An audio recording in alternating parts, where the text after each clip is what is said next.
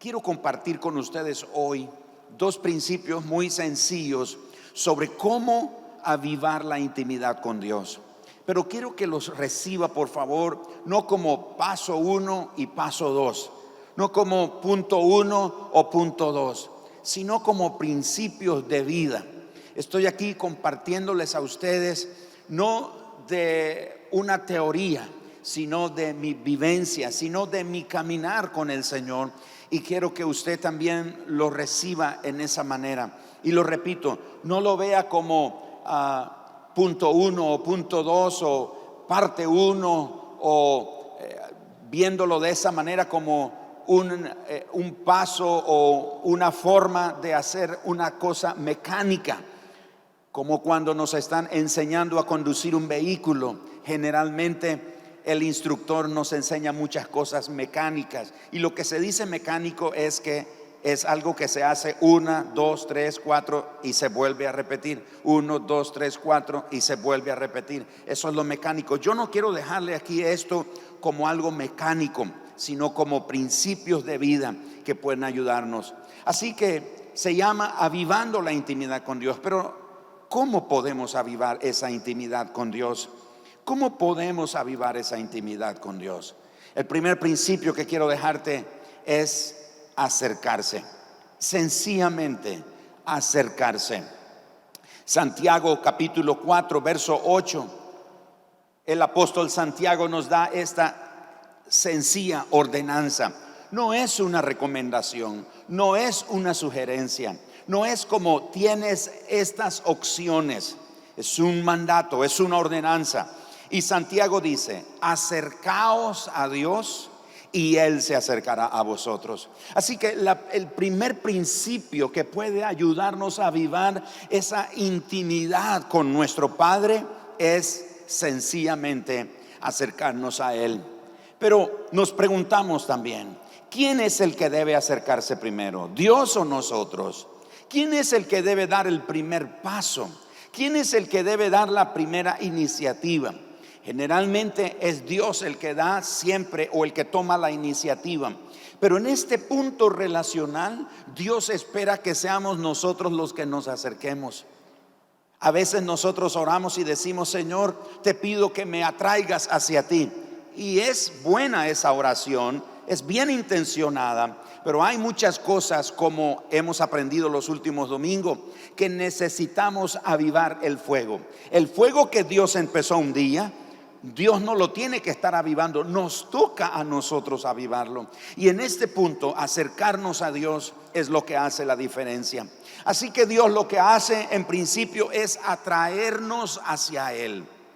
Pero como el imán tiene esa fuerza de atraer todos aquellos objetos metálicos que están cerca de Él.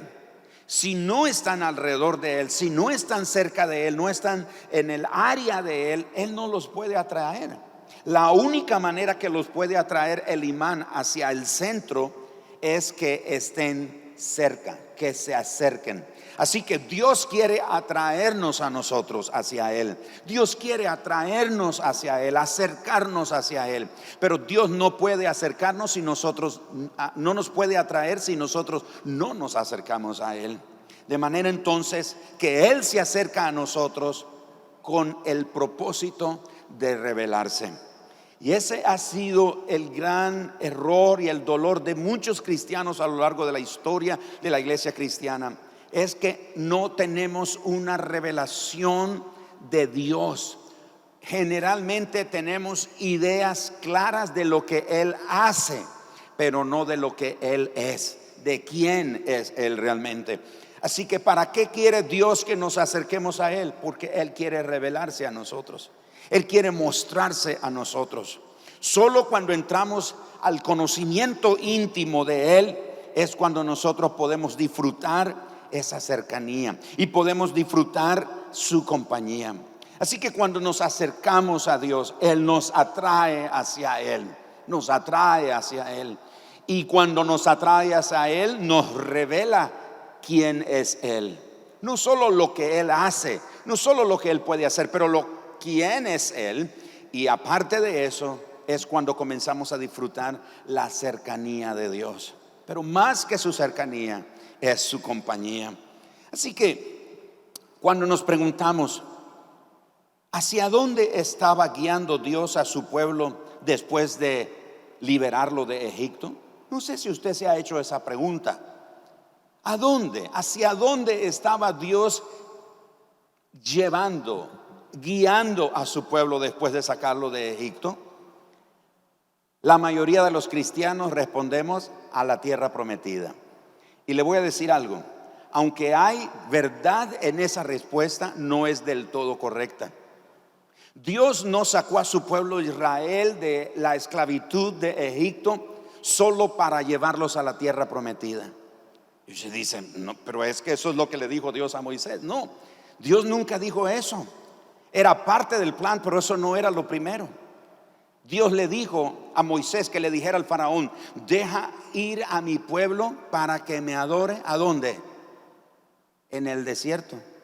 No dijo, deja ir a mi pueblo porque lo llevo a una tierra donde fluye la leche y la miel, a una tierra prometida. Dijo, los quiero llevar al desierto. ¿Por qué al desierto? ¿Por qué no quiso llevarlos de una vez a la tierra prometida? Bueno, es muy sencillo, porque generalmente nosotros pensamos de que Dios, al sacar a su pueblo de la esclavitud, lo tiene que llevar directamente hacia la tierra prometida.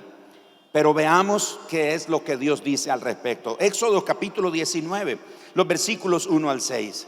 Éxodo 19, 1 al 6. En el mes tercero de la salida de los hijos de Israel de la tierra de Egipto. Noten lo que dice, en el mes tercero. Quiere decir que Israel llega al monte Sinaí 3 meses después. En el mismo día llegaron al desierto de Sinaí. Habían salido de Refidín y llegaron al desierto de Sinaí y acamparon en el desierto. Y acampó allí Israel delante del monte. Y Moisés subió a Dios. Y Jehová lo llamó desde el monte diciendo, así dirás a la casa de Jacob y anunciarás a los hijos de Israel, vosotros visteis lo que hice a los egipcios y cómo os tomé sobre alas de águila. Y noten el verso 4 siempre. Y os he traído, ¿hacia dónde? Los he traído a mí, a mi presencia. O sea, Dios nos sacó a Israel para llevarlo de primas a primera a la tierra prometida. Dios sacó a su pueblo Israel de la esclavitud para llevarlo hacia Él. Y Él tenía que revelárseles a ellos. Si ustedes continúan leyendo en Éxodo capítulo 19, el resto de los siguientes capítulos de capítulo 19 de Éxodo, ustedes van a encontrar algo interesante, que Dios se reveló a su pueblo. Y en ese mismo capítulo, la Biblia enseña que el Señor se manifestó sobre el monte Sinaí con una manifestación, valga la redundancia, increíble. El monte se estremecía de una manera que la gente estaba aterrorizada de que Dios estuviera manifestándose de esa manera. Verso 5. Ahora pues, si diereis oído a mi voz y guardareis mi pacto, vosotros seréis mi especial tesoro sobre todos los pueblos, porque mía es toda la tierra. Y noten eso, serán un tesoro sobre todos los pueblos, y vosotros me seréis un reino de sacerdotes y gente santa. Estas son las palabras que dirás a los hijos de Israel. Así que el propósito de Dios es traerlos hacia Él. Uno puede ir a la tierra prometida, pero sin tener una revelación de quién es Dios, uno no puede disfrutar la tierra prometida. La tierra prometida sin una revelación correcta de quién es Dios nos puede destruir. Una bendición se puede convertir en un tropiezo o en un dolor para nosotros, en una angustia, si no tenemos una revelación de quién es Dios. Es por eso que Dios te tiene que revelar en el monte Sinaí y les enseña a su pueblo: yo los saqué de Egipto y los he traído a mí. Ahora, Esa frase, yo y os he traído a mí, nos dice cuál es la razón por la que ellos fueron liberados. Y también nos dice cuál es la razón por la que nosotros hemos sido creados. Y por qué hemos sido liberados también del pecado. Llevarnos sencillamente ante el Señor. Ahora, pensando en la iglesia cristiana, generalmente usted le pregunta a los cristianos, mire, ¿y usted por qué ahora es cristiano? ¿Y sabe cuál es la mayoría de la respuesta que la mayoría de los cristianos damos? Bueno, ahora soy cristiano porque no quiero ir al infierno, porque quiero ir al cielo. Y generalmente nos pregunta, ¿cuántos quieren ir al cielo? Y todos levantamos la mano, sí, queremos ir al cielo. Pero Jesús no vino a la tierra solo para llevarnos al cielo. Y no piensa que estoy diciendo una herejía aquí. Eso no fue todo el propósito. El propósito del Padre enviar a su Hijo fue para traernos de regreso a la casa del Padre.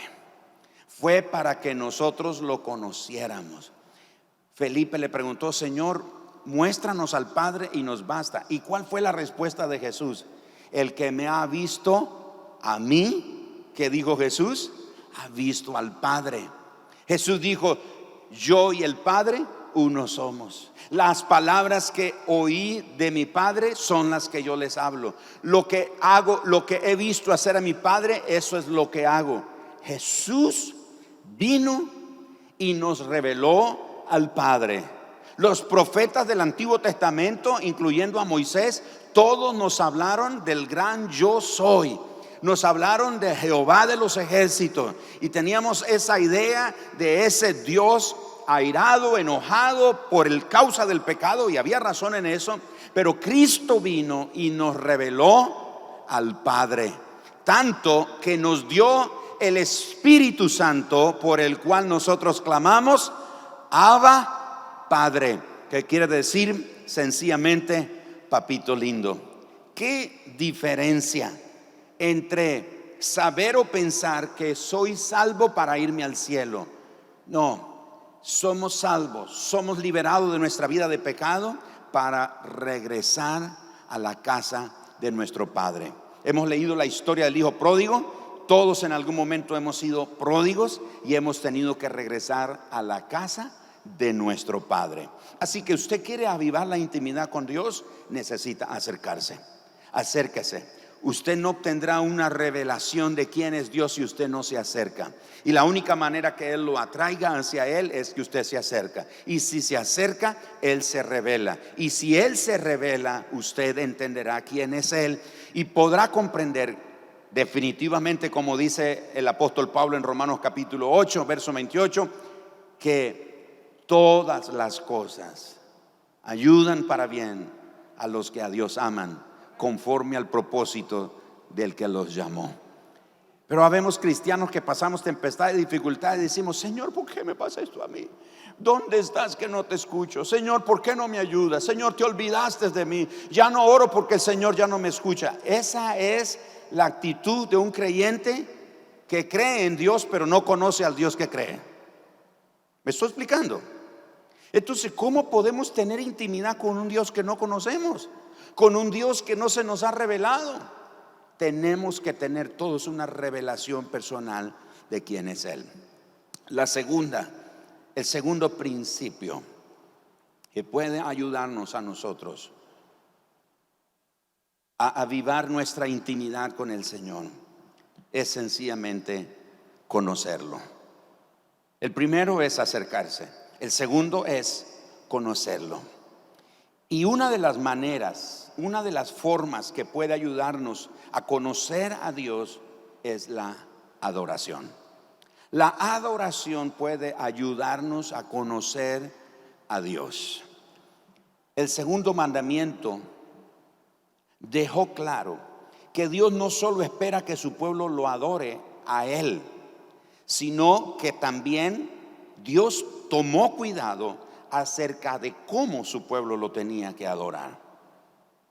Entonces Dios establece en Éxodo capítulo 20 verso 4: no te harás imagen ni ninguna semejanza de lo que está arriba en el cielo, ni abajo en la tierra, ni en las aguas debajo de la tierra.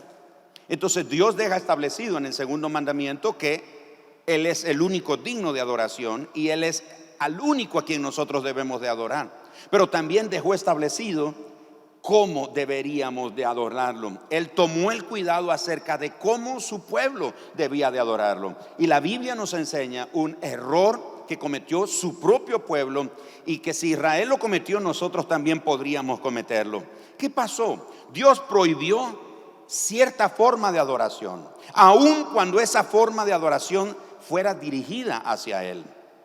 Es decir, que podríamos estar haciendo actos de adoración creyendo que son para Dios, pero Dios no los está recibiendo. Veamos el ejemplo.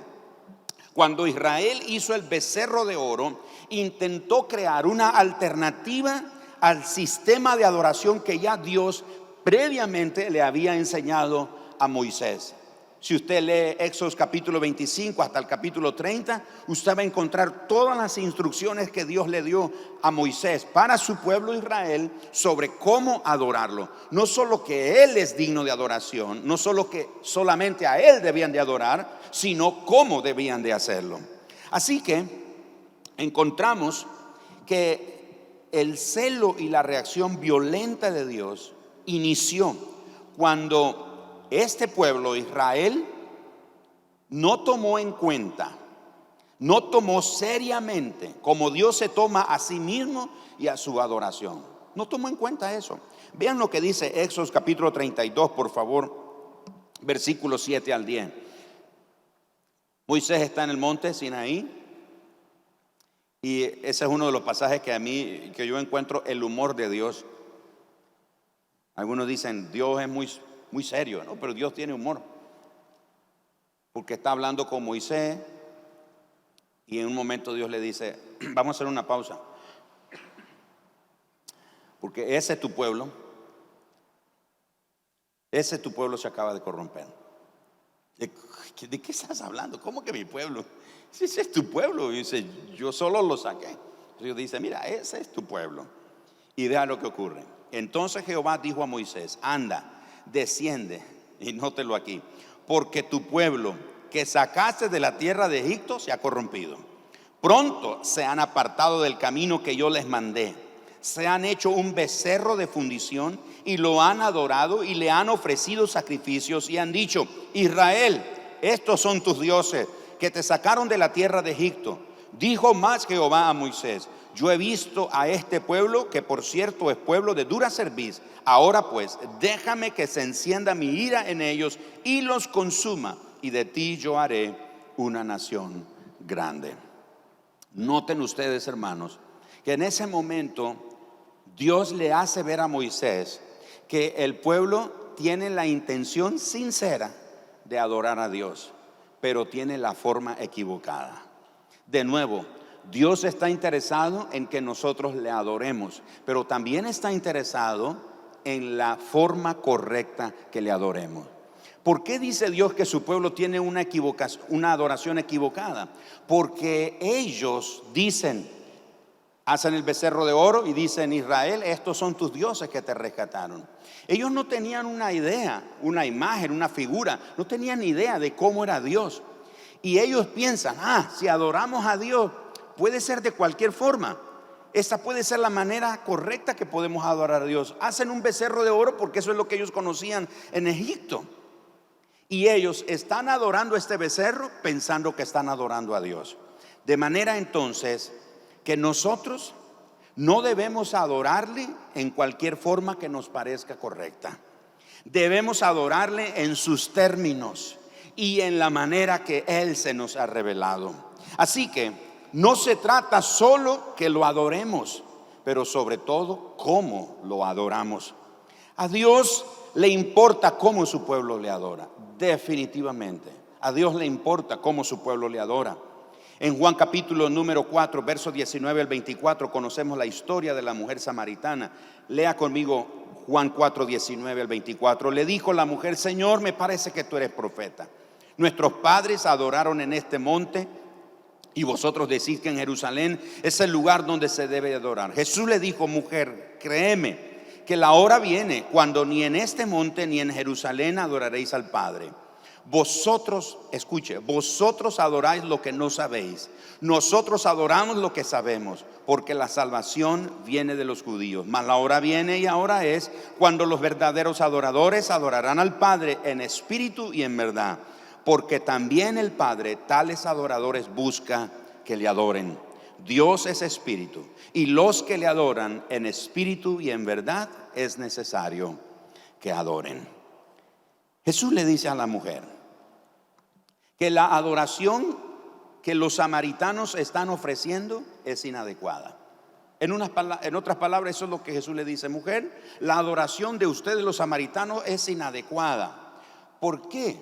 Porque estaba basada solamente en una perspectiva de Dios en el Antiguo Testamento y no en todo el Antiguo Testamento. ¿Cuál era esa perspectiva en una sola parte del Antiguo Testamento? Cuando ella dijo: nosotros creemos que debemos adorar a Dios aquí en este monte. Entonces Jesús le enseña y le dice: no, mujer, tienes la perspectiva solo de una parte del Antiguo Testamento, pero la perspectiva completa del Antiguo Testamento es que a Dios se le adora en cualquier lugar, y a Dios se le adora en espíritu y en verdad, no como tú crees.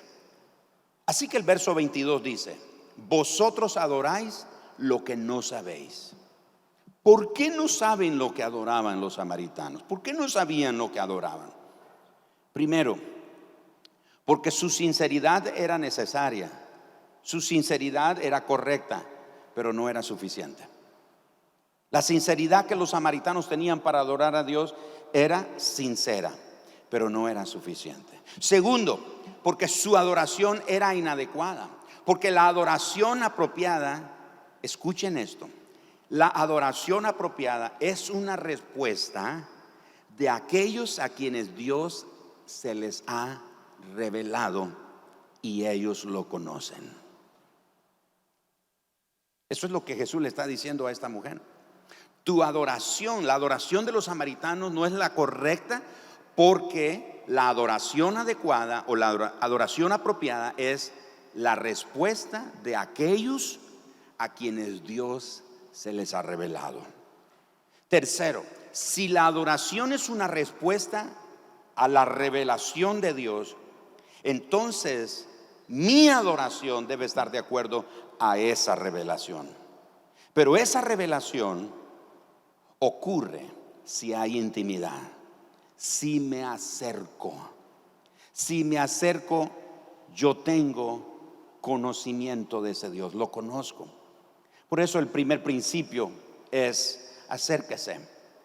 Si se acerca a Él, se le revela y usted sabe quién es Él. Y cuando Él se acerca y se revela, entonces usted lo conoce. Y la manera en la que usted puede, una de las maneras, no voy a decir que es la única, pero una de las maneras en las que usted puede conocerlo a Él es a través de la adoración. Pero repito, la adoración debe estar de acuerdo a la revelación que tengo de Dios. Cuando yo entendí esto, me di cuenta por qué muchos cristianos en nuestras reuniones, especialmente en nuestras reuniones, no participan de la adoración. Ellos no saben a quién adorar.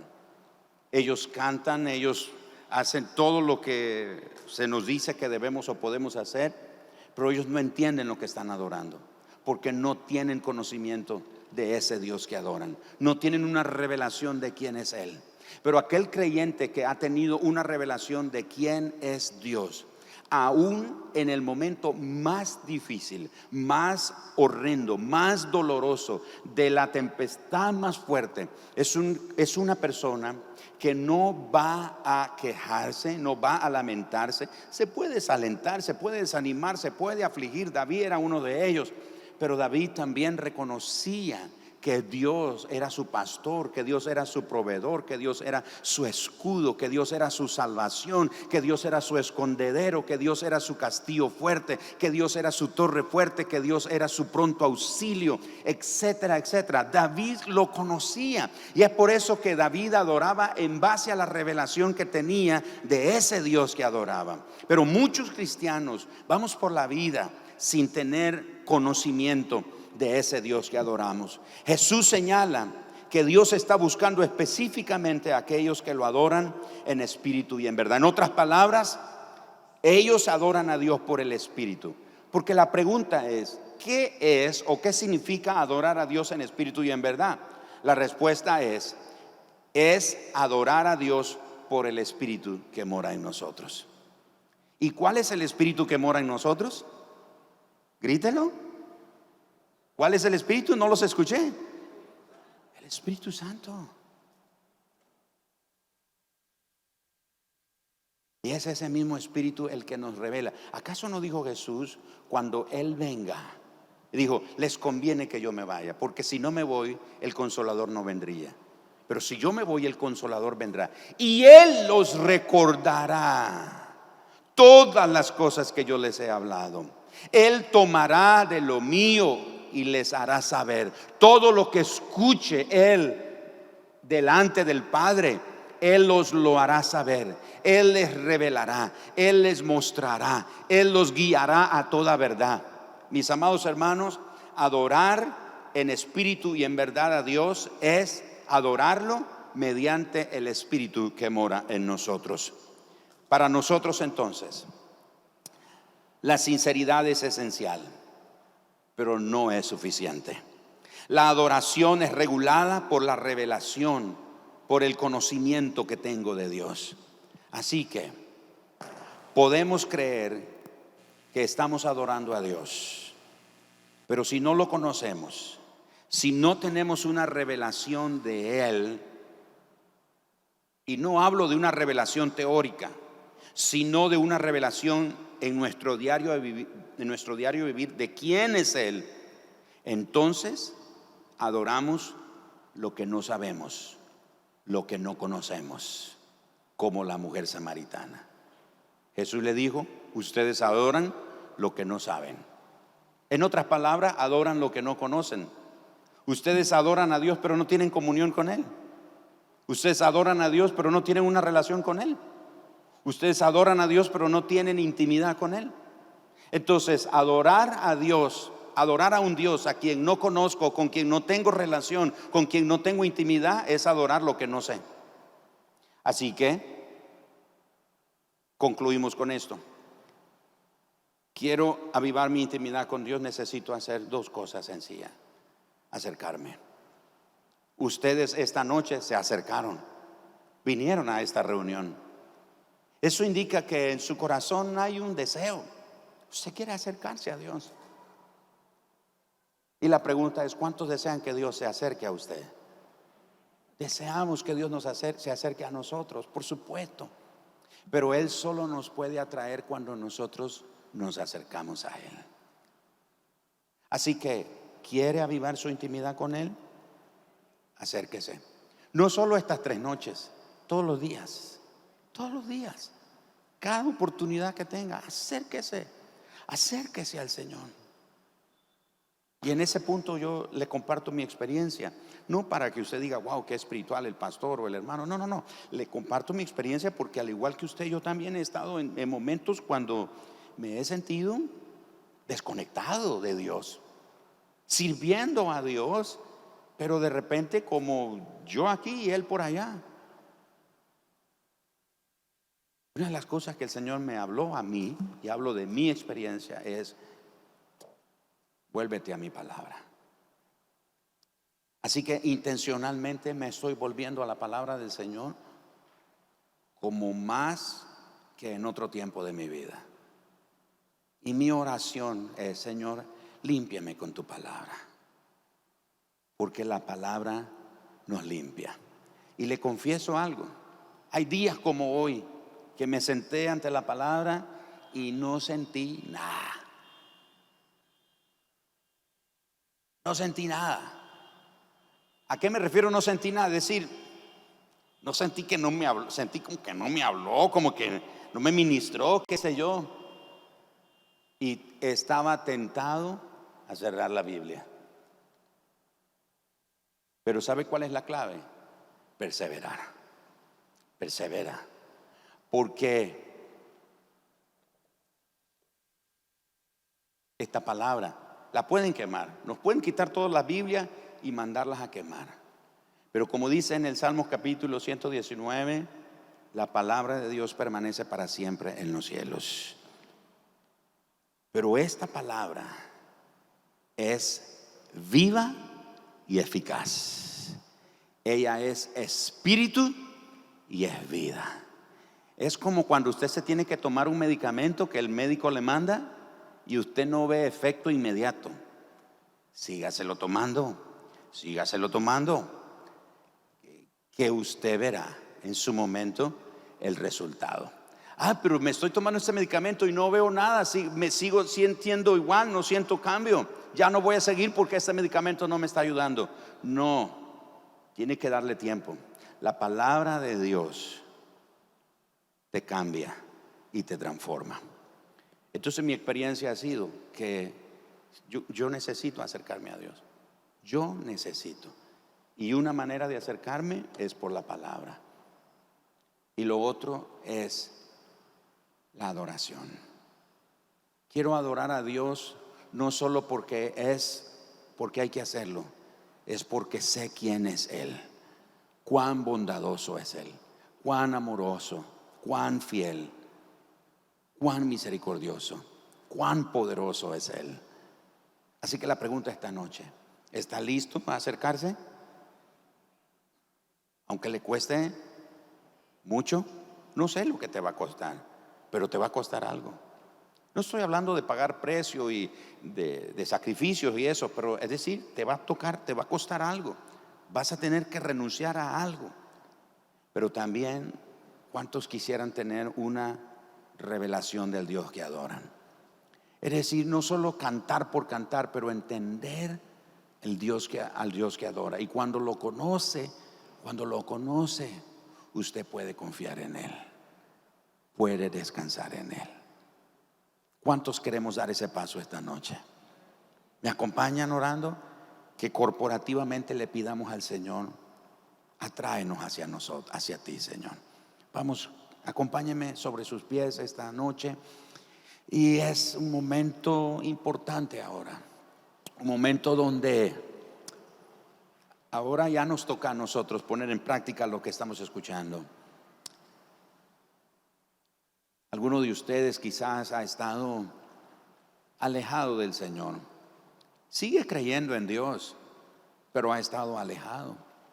Sigue creyendo en Dios, pero ha continuado haciendo prácticas que sabe que no le agradan al Señor, pero sigues creyendo en Él. Eso es bueno, que creas en Él, pero a la vez es peligroso, porque el apóstol dijo que aún hasta los demonios creen y tiemblan en la presencia del Señor.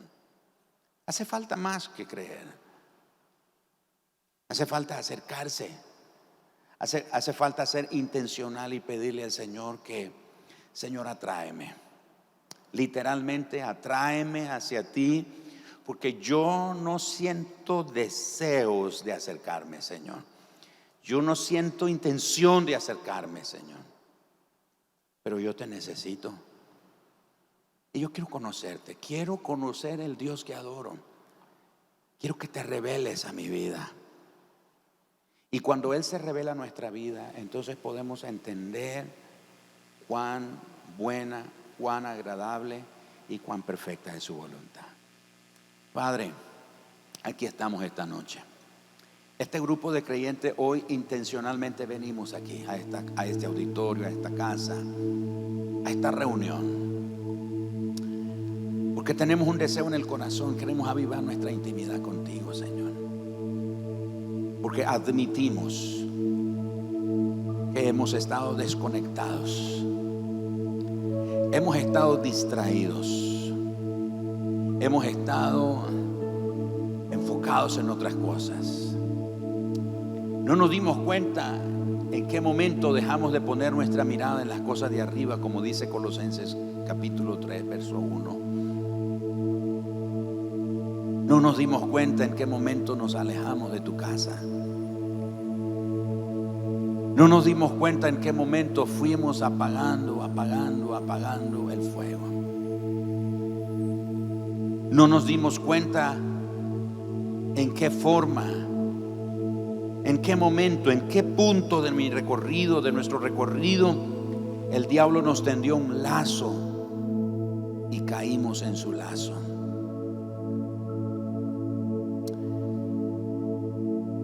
Pero esta noche, Señor, nuestra oración es sencilla. Nos queremos acercar a ti.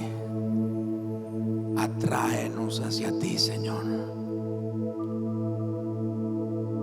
El pecado, la naturaleza caída nuestra se resiste,